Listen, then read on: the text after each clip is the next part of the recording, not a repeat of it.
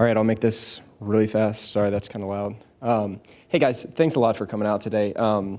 So this is just a follow-up. We had quite a few questions we'd received via email and quite a few requests for Dr. Yu to come back out here and give us some of his time and brilliance to kind of help explain some of the more difficult aspects of his new theory.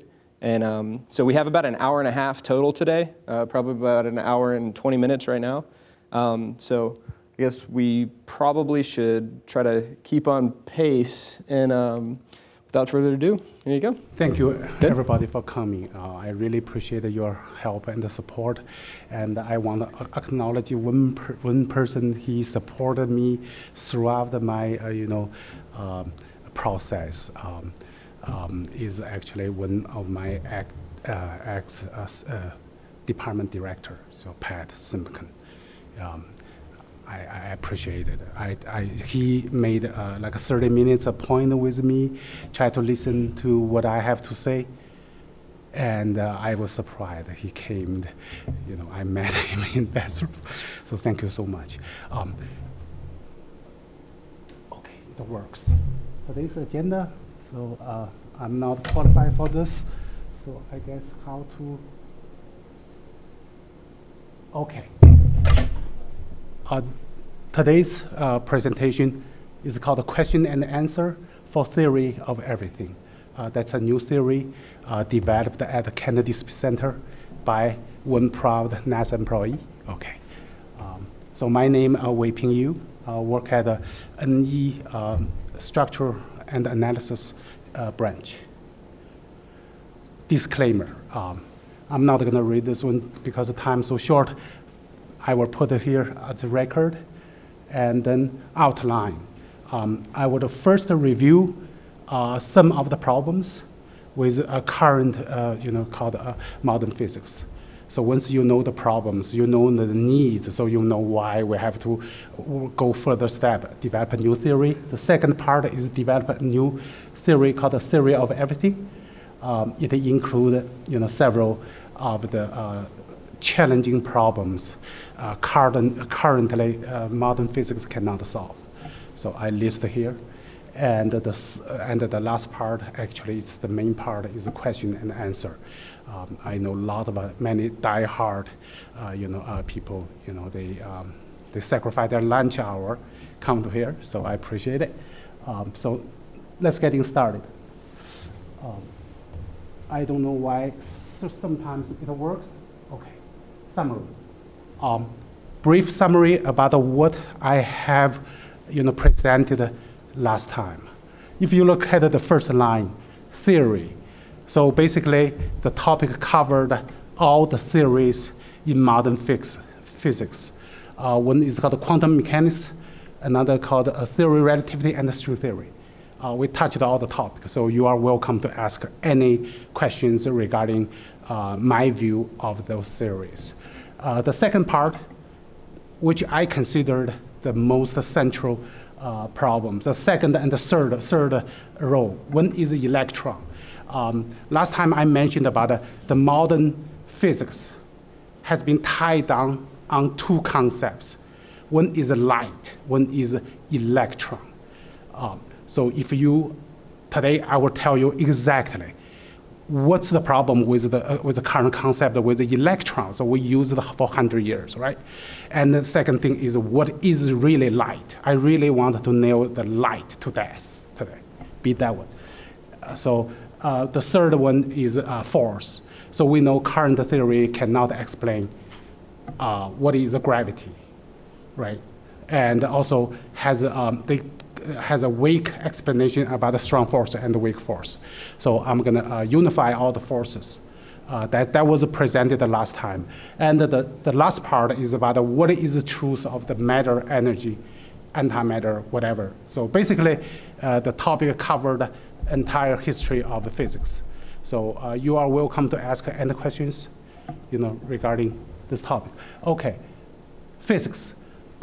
This page created, pay my tribute, pay my respect to the greatest science that ever lived.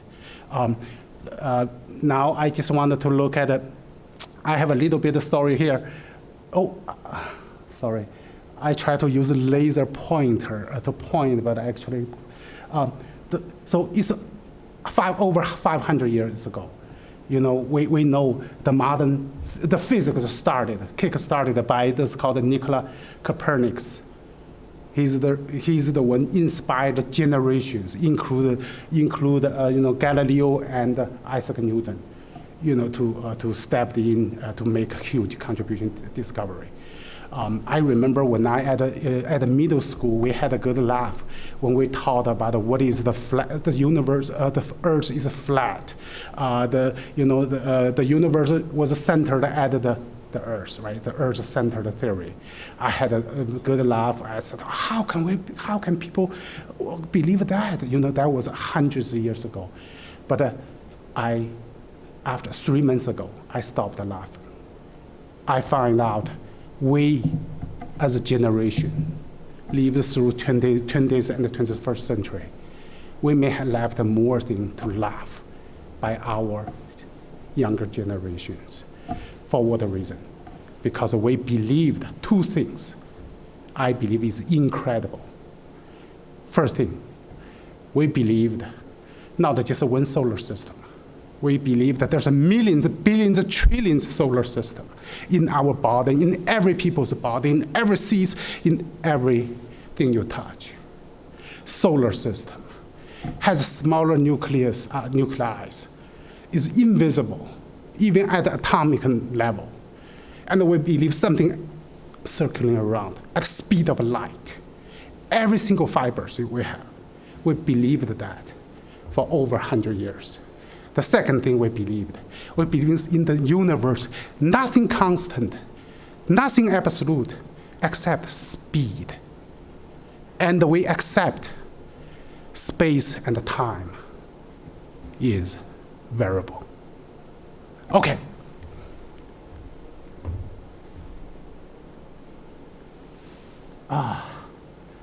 What happens? Probably some direction. Okay, so I got here. Okay, so now I wanted to be specific. Not criticize. I'm trying to not criticize anybody. I just point out the fact. So why I think we accept something was fundamentally untrue. The first thing I just want to say, what is the modern physics?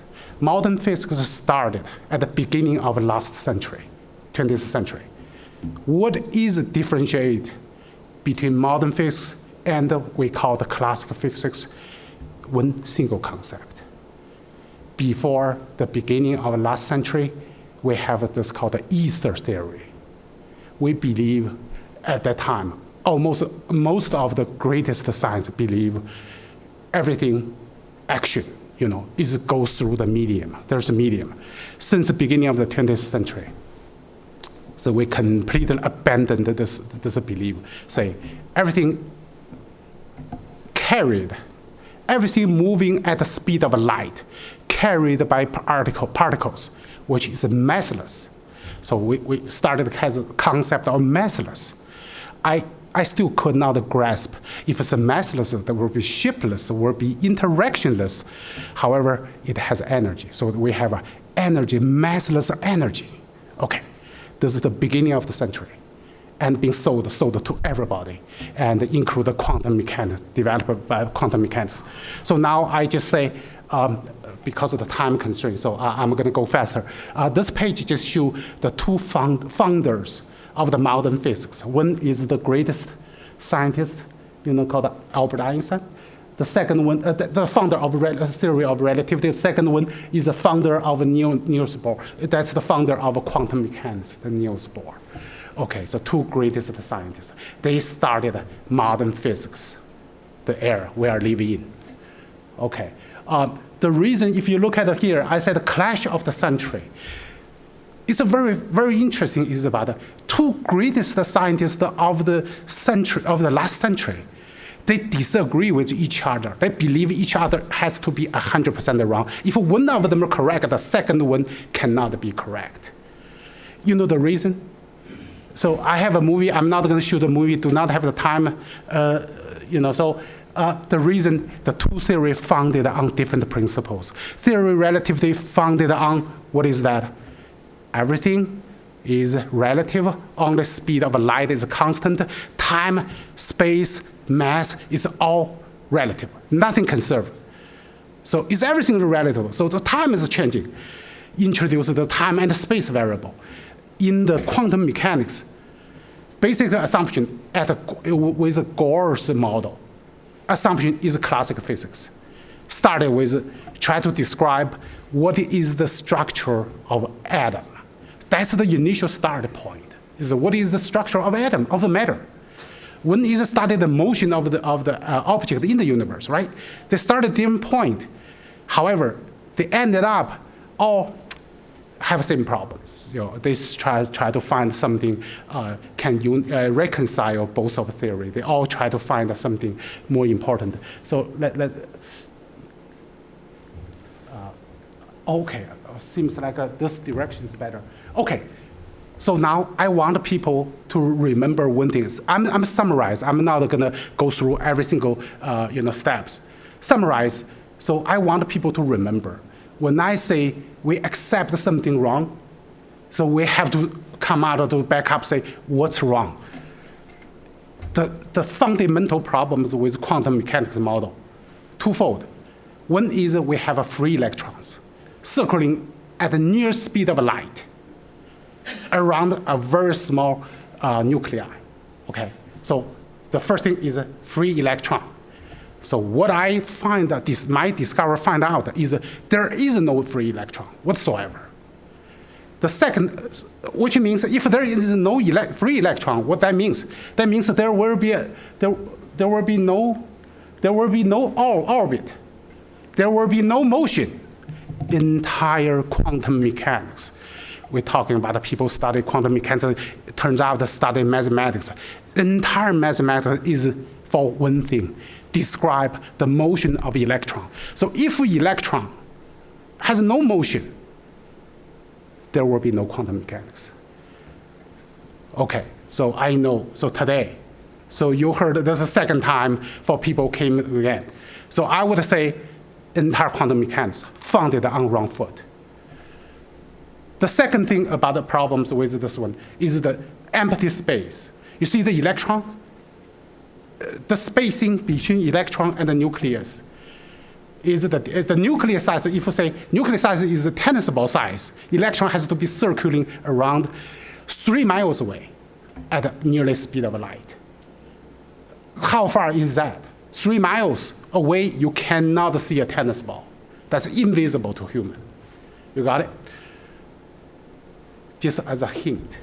So next time, when we see atom, in a picture, what that means, that's the atom at the outer layer of the radius at the outer, the circle of the electron. So that's what we're supposed to see. Based on the theory, which is invisible. Okay. What's the evidence? I have billions of evidence compared with no evidence in the modern physics. There is no evidence, say we have free electrons traveling at the speed of light in whatever since the last over 100 years. So, and we have billions of evidence I will present it to you. Could you please make your question short? Okay, my question is, I would like to see a quantitative explanation in your theory. Yes. For the original findings of scattering. Thank you. Okay. So I do have a questions for him to. I didn't know you eat up about what is 5 minutes, so I would excuse me. So I may 5 minutes longer. Okay. So hopefully you understand. Okay. So now. So one word about the problems with quantum mechanics is a free electron, is circling. I will provide evidence. There is nothing circling. Okay. The second thing is about the theory of relativity. The problem with the theory of relativity, I want to use one phrase, summarize what's the center problem, is the moving mass. If you look at here. So we all know this equation called E equals mc squared, the most recognized equation in the universe, right? However, we never, few of the people on the Earth really know what's inside of that equation. That's the equation E equals to m, called the rest mass m0 sub 0, with a monster numerators. This numerator will go to infinity at a finite number speed when any particles reach to speed of light. Speed of light is a finite number, 300,000 kilometers per second. It's a finite number. Anything in the universe reach to a finite number can go to infinity. Infinity is a monster. It's a totally different category. So that's broad. That's why we create so many confusions. And if I have time, I will go through step by step. But if I do not have time, you have to go back to watching the other video. Why? Why the moving mass is not true?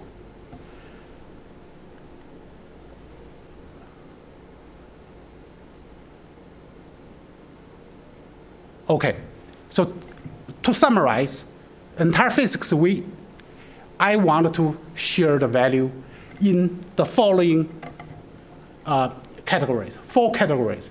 If we understand all these 4, actually, if we understand the number 1, the first one, called the universal magnetic particle theory, I believe we can solve most of the problems. However, if we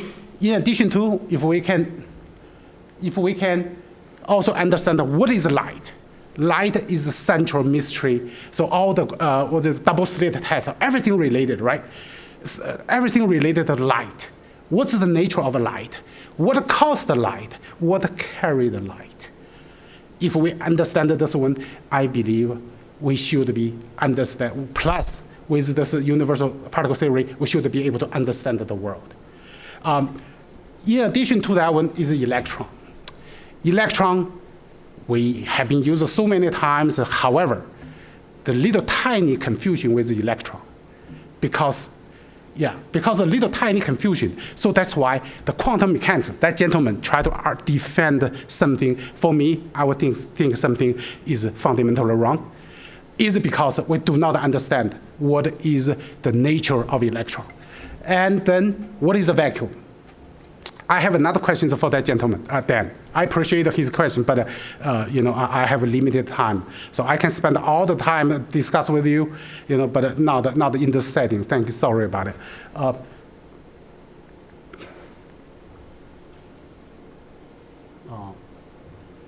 It's stuck. Is that because of battery or something?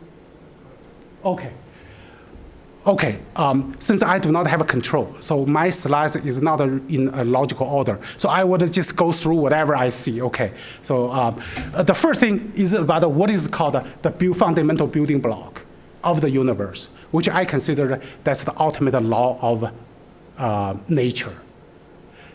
Entire universe built not by hundreds of quantum mechanics particles, just built by one thing. One thing that we all know, is basically little magnet.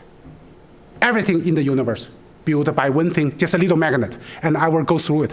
Why little magnet has so much magic, can build entire magic, entire universe.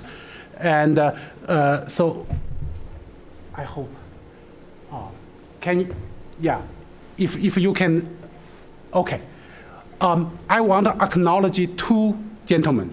The first one is a gentleman called Democritus. He is the greatest, Greek philosopher lived over 2,500 years ago. He made a prediction, I call it insight. His insight is everything in the universe is composed of atoms, which are defined, called physically, but not geometrically indivisible. Is something fundamental to everything made up entire universe, something like indivisible physically. That means the property never change. It means size, dimension may change. is great. So I acknowledge you. Can you turn another? Yeah. The second one is a great Asian, Chinese philosopher. He lived 2,600 years ago. He predicted everything in the universe has both, it's called yin and yang, both positive and negative. He predicts everything in the universe, down to the very small segment, has both positive and negative sides. That basically is two sides of one coin. So what happens if you can, another page? What happens by combination of these two? I find it amazing. If you look at the universal fundamental particle, is basically one particle, solid particle, indivisible physically. However, it has both positive and negative charge. I was awed, I recently found out these things after I was awed. These people are greatest professor. Okay, I just explained what is yin and yang. He's a prophet. He's a philosopher talking about yin and yang in general terms. Means positive and negative. Yin means negative. Yang means positive, and also generalized called male and female. Night and days.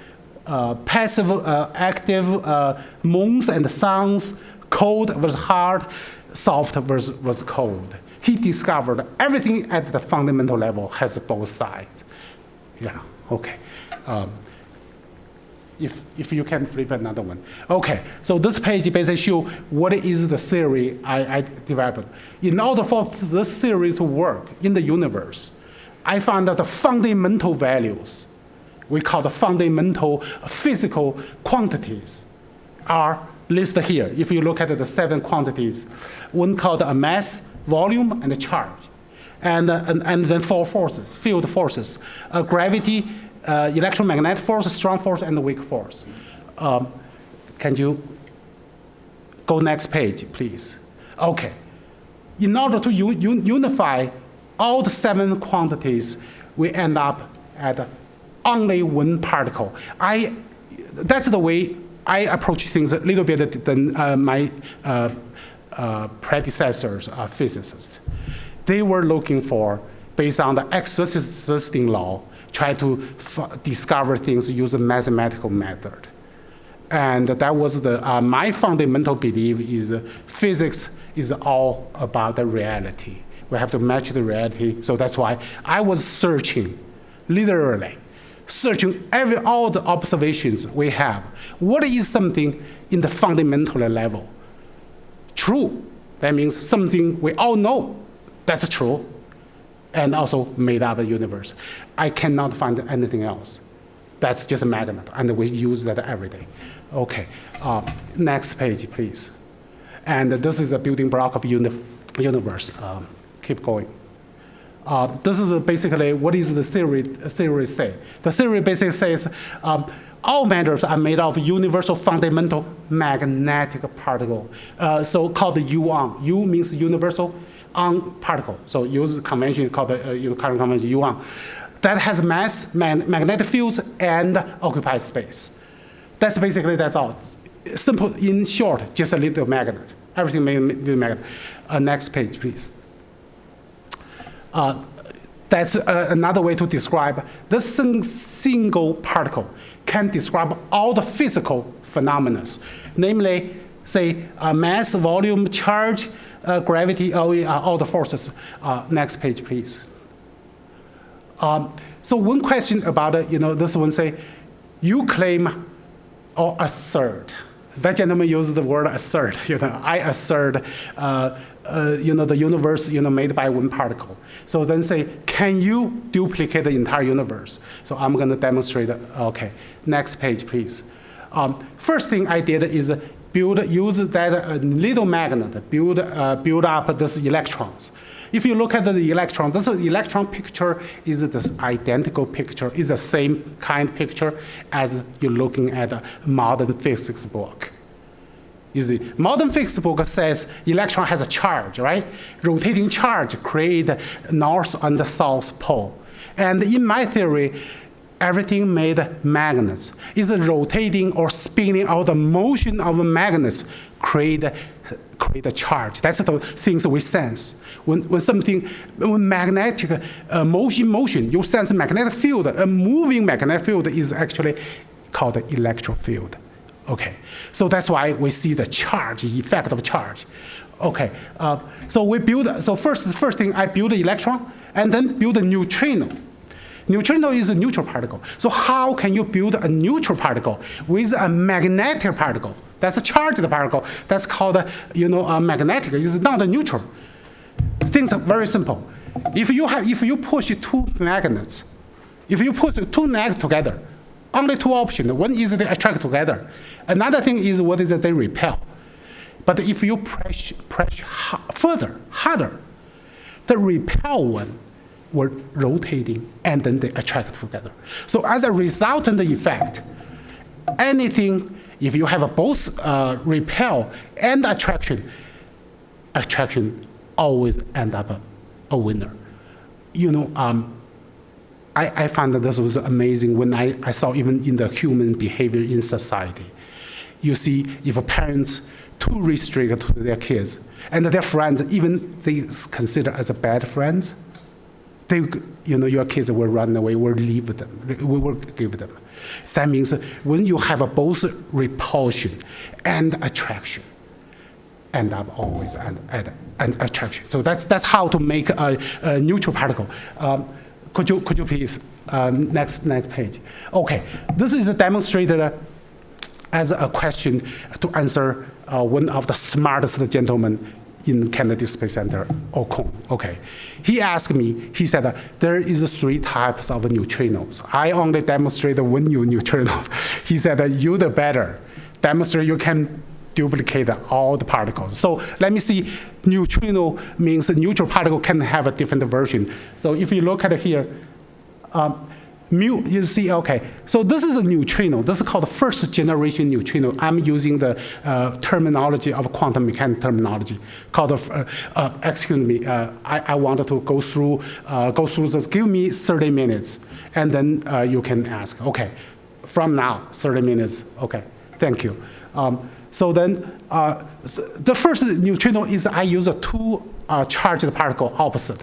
And then the second generation, we have 3 generations. Each generation is a several order magnitude higher in mass, same in charge. Basically, it's the same thing. Same charge, but different mass. That cannot be explained in quantum mechanics. Quantum mechanics can treat them as a different elementary particle. So in my case, this is just a superposition. If you look at here, so I just put more neutral particles together. Muon, that's a charged particle, and muon neutrino is a non-charged particle. So see, have a lot of neutral particles combined, form still same charge. Same charge, however, with a different mass. That's the second generation. And the third generation is called tau. So with another order magnitude, 2 order magnitude higher. So basically, I answer my friends, Okon's way. Then I will answer your questions when I go through there. So I think, I'm sorry. I will answer your questions, of course. Can you, next page, please?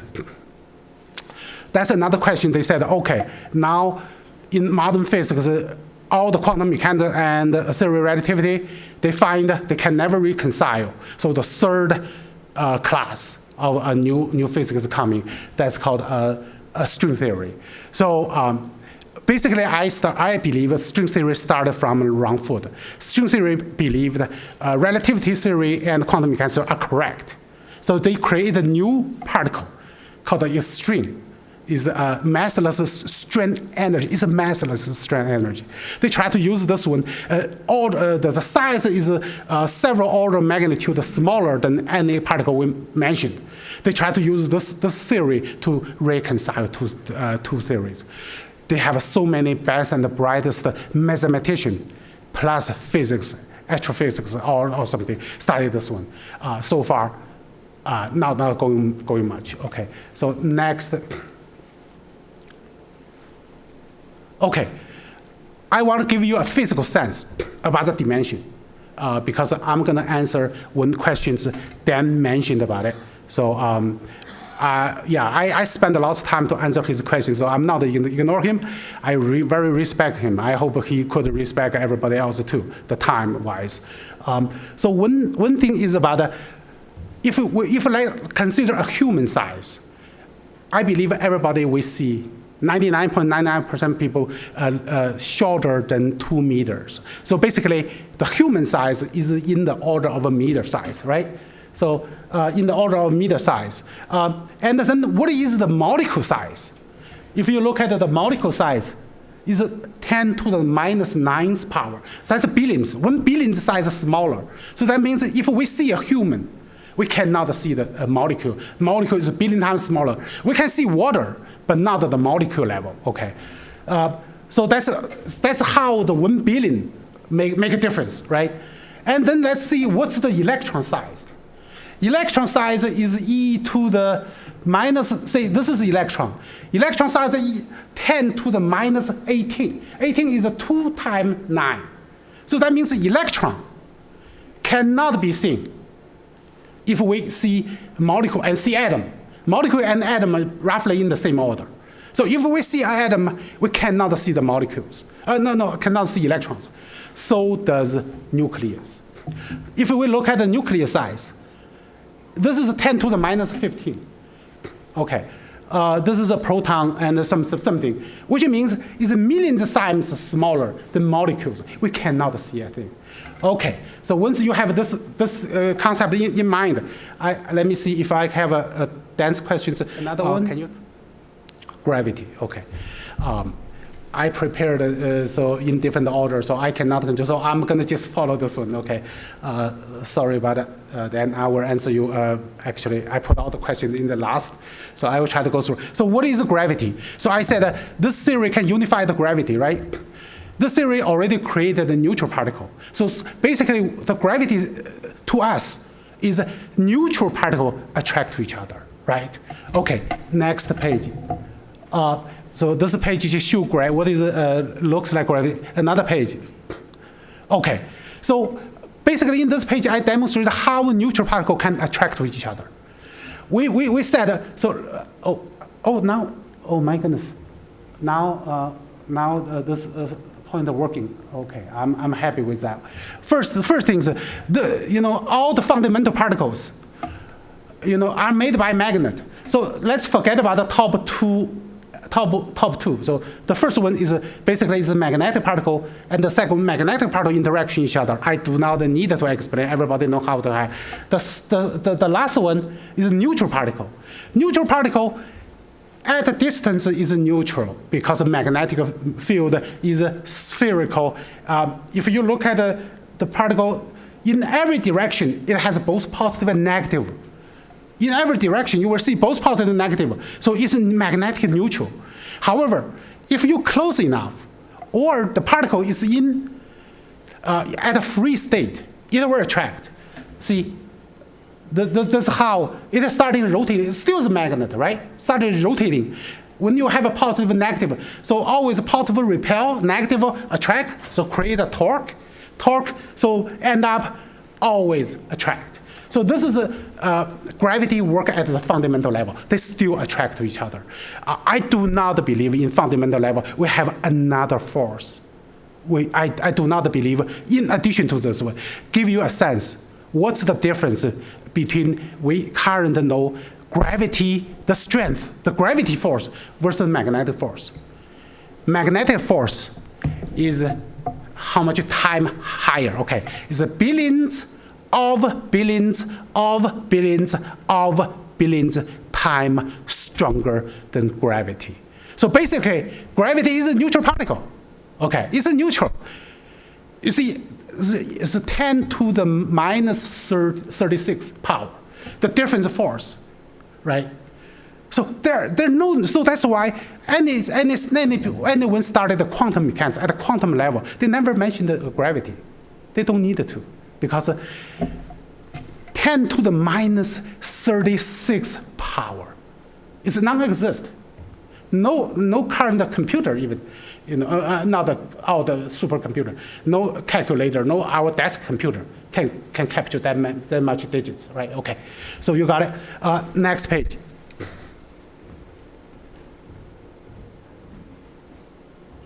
How planets grow from the disk of gas and dust. The answer was discovered by accident aboard the International Space Station. Astronaut Don Pettit was experimenting with grains of sugar and salt in the weightlessness of space. Stanley Love was watching from Mission Control when Pettit stumbled onto the process of how planets form from cosmic dust. Well, one of Don's Saturday morning science projects was to take the bags that we store drinks in, and he put other stuff in it, like salt and sugar, and there was one bag that he just left the coffee powder in. Then he inflated the bags, and with these particles in them, noticed that the particles would just clump up immediately. They'd make a little dust bunny. We'll be spending some time watching that. Say, Don, this is incredible. You've just solved a 40-year-old problem in planetary science. Astronaut Pettit had discovered something big. In the zero gravity of space, particles of dust don't float apart, they clump together. This is how mighty planets are made from cosmic dust. That video just basically demonstrated at a fundamental cosmic dust level. It's a magnet, it's attract to each other. Okay, so now the gravity, I do not have time to go through this one. Next page, please. And then next page. Further, another, okay. Let me try to, strong force. Okay, seems like it's working now. I wanted to unify all the forces. What I just demonstrated is how gravity unified with electromagnetic force, right? So that's actually the fundamental unification.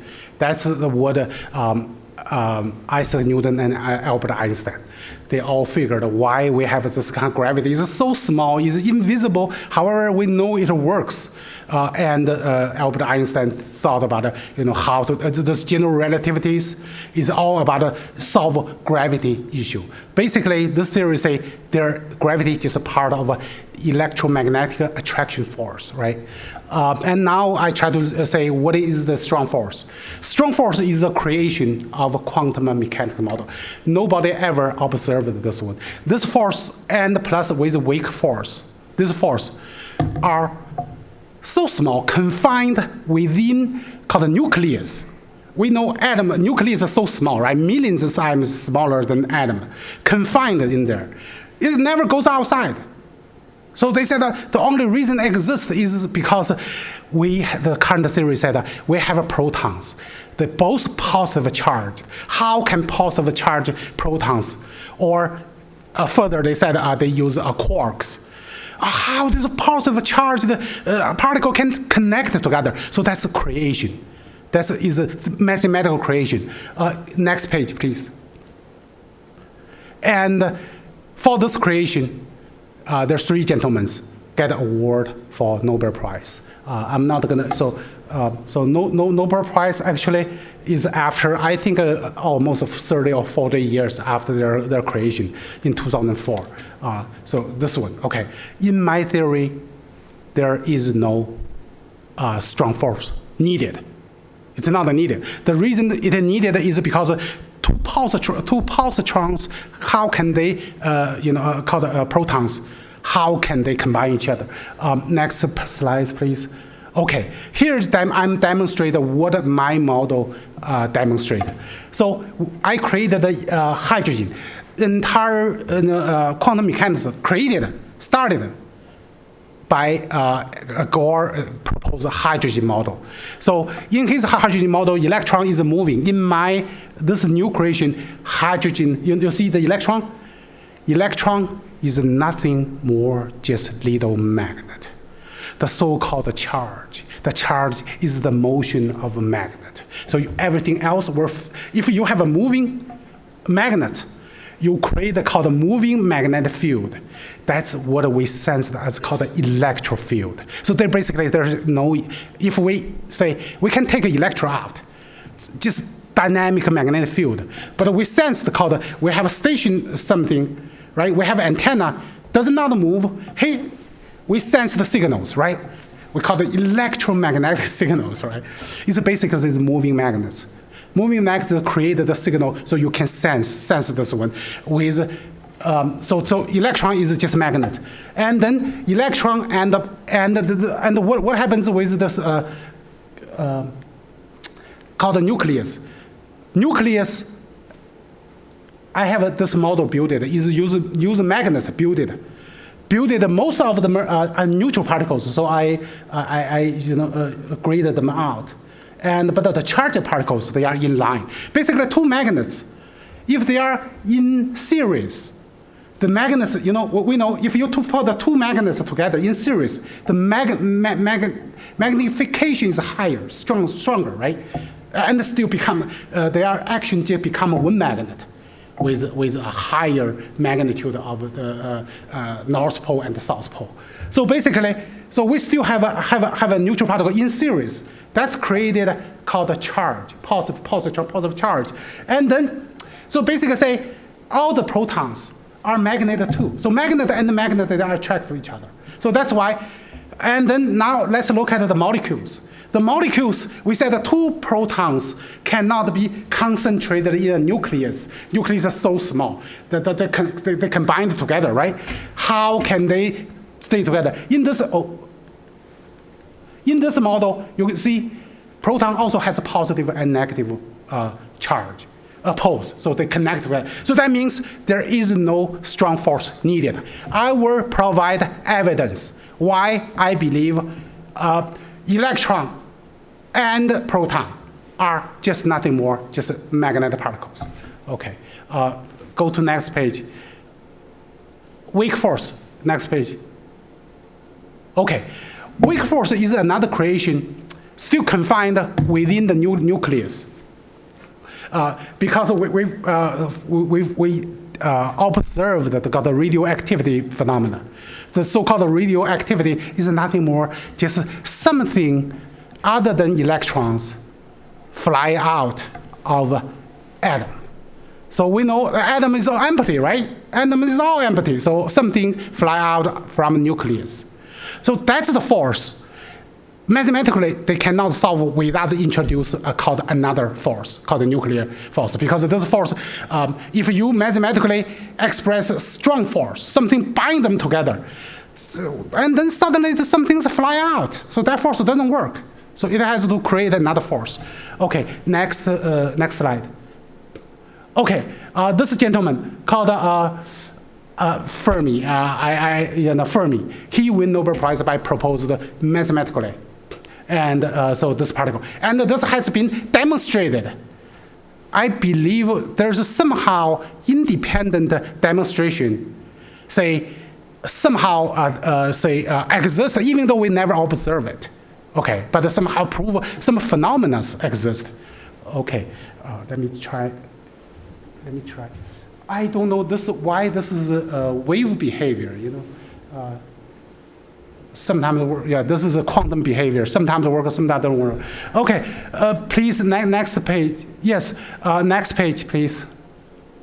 Okay, just a little bit interested how universe formed. In this theory, the universe is all started from dust and magnet. The magnets form clumping together. However, in order to form atom, we know the atom has a spherical shape.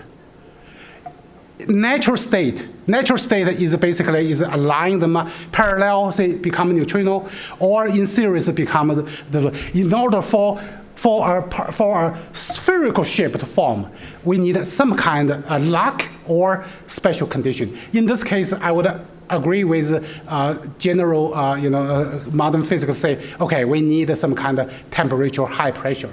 So under high pressure temperature, what happens? You compress all the magnets together. What happens?